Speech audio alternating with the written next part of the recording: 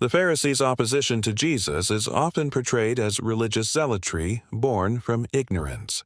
However, Scripture reveals something far more sinister. They understood exactly what Jesus was claiming and deliberately worked to reject it. Jesus himself declares in John 9:41, "If you were blind, ye should have no sin. But now ye say, We see.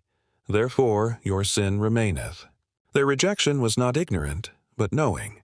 Scripture shows they searched the Scriptures actively debating his legitimacy. In John 7:52, they respond to Nicodemus saying, "Search and look, for out of Galilee ariseth no prophet." They studied Scripture to refute him. They took counsel together, as Matthew 22:15 records. Then went the Pharisees, and took counsel how they might entangle him in his talk. But Jesus exposed their deliberate suppression in Luke 11:52. "Woe unto you, lawyers! For ye have taken away the key of knowledge.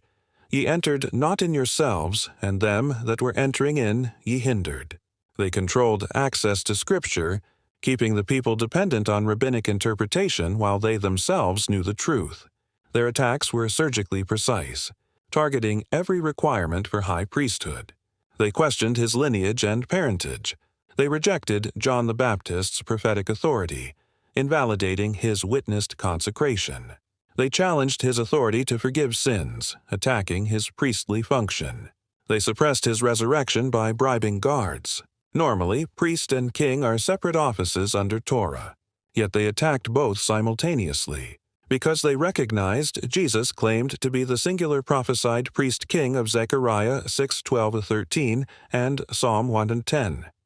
Despite knowing prophecy pointed to one person who is God incarnate, they taught the people to expect two separate messiahs, or that Israel itself was the suffering servant. This is deliberate theological deception. Prophecy itself exposes their conspiracy. Psalm 2:1-2 declares the kings of the earth set themselves, and the rulers take counsel together against the Lord and against his anointed. Acts 4:25-28 applies this directly to their actions, identifying the conspiracy between Rome and Israel's religious leadership. They recognized who he was and chose to oppose him anyway. Their systematic dismantling of his claims, combined with Jesus' own testimony that they see but reject, and their suppression of Scripture from the people, proves the Pharisees knew exactly what they were doing.